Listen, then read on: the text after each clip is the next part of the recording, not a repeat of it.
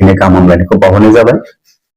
दिनै बे समाव मिरु दुलाराय बर' फरायसा आफादनि जानानै जों मिरु रोंगौथि सायख' आनजादनि खुंफुं आफादनिफ्राय जोंनि बोसोरफ्रोमबो खुंबोबाय थानाय जा मिरु रोंगौथि सायख' आनजाद, बे सायख' आनजादखौ खुंनायनि सोमोन्दै आं फंनैसो बाथ्रा फोसावनो सानदों।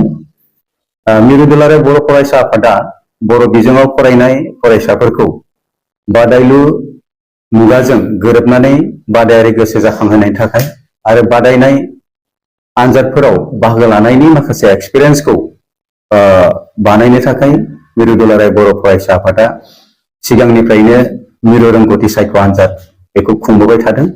देग्लाय बियो 9थि बोसोराव आगान होदों आरो बे 9थि बोसोरनि जिखिनि मिरु रोंगौथि सायख' आनजाद, बे आनजादखौ जोङो मिरु रोंगौथि सायख' आनजाद खुंफुं आफादा फैगौ डिसेम्बर दाननि 15 खालाराव खुंनो थाखाय थि खालामनाय जादों। आरो बेनि थाखाय जोङो गासैबो हाबाफारिखौ साखाफारा खालामजोब्बाय, गासैबो खामानिखौ जों फोजोबबाय आरो बेनि जिखिनि एप्लिकेसन साबमिसन बा आरज बिलाइ गथायनाय बेखौ जों दिनैनिफ्राय जागायनो सानदों। बबेखानि बेखौ आं फोसावनो सानदोंदि सिगांनि समफोराव जोङो अफलाइनजों फर्म फिलआपनि गेजेरजों जोङो फर्मखौ साबमिसन लानाय जायोमोन फरायसाफोरनिफ्राय।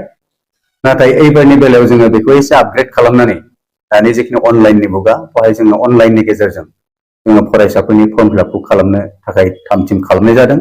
आरो बिनि थाखाय जों अलरेडि एप मोनसे बानायनाय जाबाय आरो बे एप्सखौ जोङो दिनैनि गेजेराव फोसावगोन।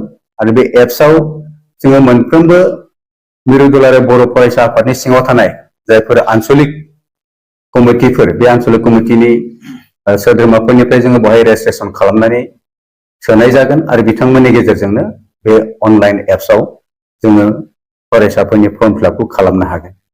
दा बेवहाय बेखौनो फोसावनाय जादोंदि सिगांनि बोसोरफ्राव जि नेमखान्थिफोरजों बे आफादखौ बे आनजादखौ खुंनाय जायोमोन, बेबो देग्लाय बे एखे नेमखान्थियानो बेवहाय जागोन। जोङो फैगौ 15 खालाराव बे आनजादखौ खुंनो थाखाय थि खालामनाय जादों। आनजादनि थाखाय जों मिनिमाम मोनसे फिस लानाय जादों, बे जाबाय 30 रां। आरो बे आनजादनि रिजाल्टखौ होनो जों आखायाव लादों 8 जानुवारि। आरो बिनि जिखिनि बान्था, बे बान्थाखौ जोङो दुलाराय बर' फरायसा आफादनि जिखिनि फैगौ जथुम्मा, बे जथुम्मायाव फोसावहैनाय जागोन आरो बेवहाय रानहैनाय जागोन बिनि बान्थाखौ। बिनि अनगायैबो बेवहाय जिखिनि खामानिफोरखौ मावनांगौ, जोंहा दुलाराय बर' फरायसा आफादनि सिङाव थानाय जायफोर आनसलिक कमिटिफोरनिसिम गासै खामानिखौ बिथोनखौ हरजोबनाय जागोन। आरो मोनफ्रोमबो आनसलिक कमिटिनि सिङाव जायफोर मिरु थावनि जागोन, बेवहाय आनजाद खुंफुं मिरु, बे आनजादसालियाव बे आनजादफोरा जिरायनाय जागोन। आरो आनजादनि थाखाय जोङो गासै गांब्रै साबजेक्ट बेवहाय लानाय जादों।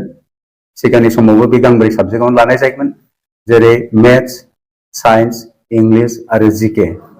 बे गांब्रै साबजेक्टआव जोङो आनजादखौ खुंनाय जागोन। आनजादनि टटेल मार्कआ जागोन 200। आनजादखौ होनो थाखाय थाखो 9 आरो 10 बे मोननै थाखोनि थाखाय बे आनजादखौ खुंफुंनाय जागोन। दा बेनिखायनो बे समाव आं बेखौनो फोसावनो लुबैदि सिगांनि बोसोरफोरावबो आसामनि दाब दाब जिल्लानि गोबां फरायसाफ्रा बे आनजादखौ होदोंमोन आरो बेवहाय जायफोर रोंगौथि गोनां फरायसाफोर बिथांमोना बान्थाबो मोननो हादोंमोन। जों बेवहाय बान्थाबो फोसावदों। बे बान्थाया जाहैदों जाय टप मार्क मोनगोन बे आनजादाव जाय एकदम सेथि सिगां सारियाव आवग्रिनो हागोन, बिथाङा 20,000 बान्था मोननाय जागोन दुलाराय बर' फरायसा आफादनिफ्राय। जाय नैथि जायगाखौ आवग्रिनो हागोन बिथाङा 15,000 मोनगोन। जाय थामथि जायगाखौ आवग्रिनो हागोन बिथाङा 10,000 बान्था मोननाय जागोन। दा बेनि अनगायैबो टप 5 सिम जोङो बेवहाय लानाय जागोन आरो टप 5 आव जायफोर फरायसाफ्रा फैनो हागोन बिथांमोना 2,000 करि स्कलारशिप मोननो हागोन। गतिके बेखिनि बान्थाया जाबाय थुलुंगानि मोनसे बान्था। आरो बे थुलुंगा बान्थाखौ मोननो थाखाय जायफोर फरायसाफ्रा मोजाङै गोसो होनानै गावनि आनजादखौ होगोन बिथांमोना बे बान्थाखौ मोननो हागोन। बबेखानि बिनि अनगायैबो बे आनजादनि गोबां गोनांथार माखासे गुरुत्वपूर्ण बाथ्राया जाहैदों, बे आनजादखौ होनायनि गेजेरजों फरायसाया गावखौनो फैगौ मेट्रिक आनजादनि थाखाय बेसेबां प्रिपारेसन खालामदों बेखौबो मोनदांनो हागोन। लोगोसे बादायलु जिखिनि मुगानि जिखिनि बादायारि आनजादफोर, बे आनजादाव होनायनि माखासे एक्सपिरियेन्सखौबो मोननो हागोन। गतिके बे आनजादाव सिगांनि समफोराव जेरैबायदि फरायसाफ्रा आनजादाव जिरायदोंमोन जों देग्लायबो आसा बेनिख्रुइ बांसिन फरायसाफ्रा बे आनजादाव जिरायगोन आरो जों दुलाराय बर' फरायसा आफादनिफ्राय जेसेबां निट एन्ड क्लिन बे आनजादखौ खुंनो हायो बेखौ जों खुंनो नाजानाय जादों आरो बेवहाय जाहाथे जेबो गोरोन्थि थाया बेनि रिजाल्ट फोसावनायनिफ्राय लानानै बिनि गासै माने नायफामनायनिफ्राय लानानै जों गासैखौबो थि खालामनो थाखाय साखाफारा जाखाजोब्बाय बेनिखायनो बयनिसिमबो खावलायनाय दिनै बे समाव जों दिनैनिफ्राय बे मिरु रोंगौथि सायख' आनजादनि जिखिनि आनजादनि फर्म फिलआप बे दिनै हरनिफ्राय जागायगोन बा गाबोननिफ्राय मोजाङैनो बेखौ खालामनो हासिगोन लोगोसे दिनैनिफ्राय बे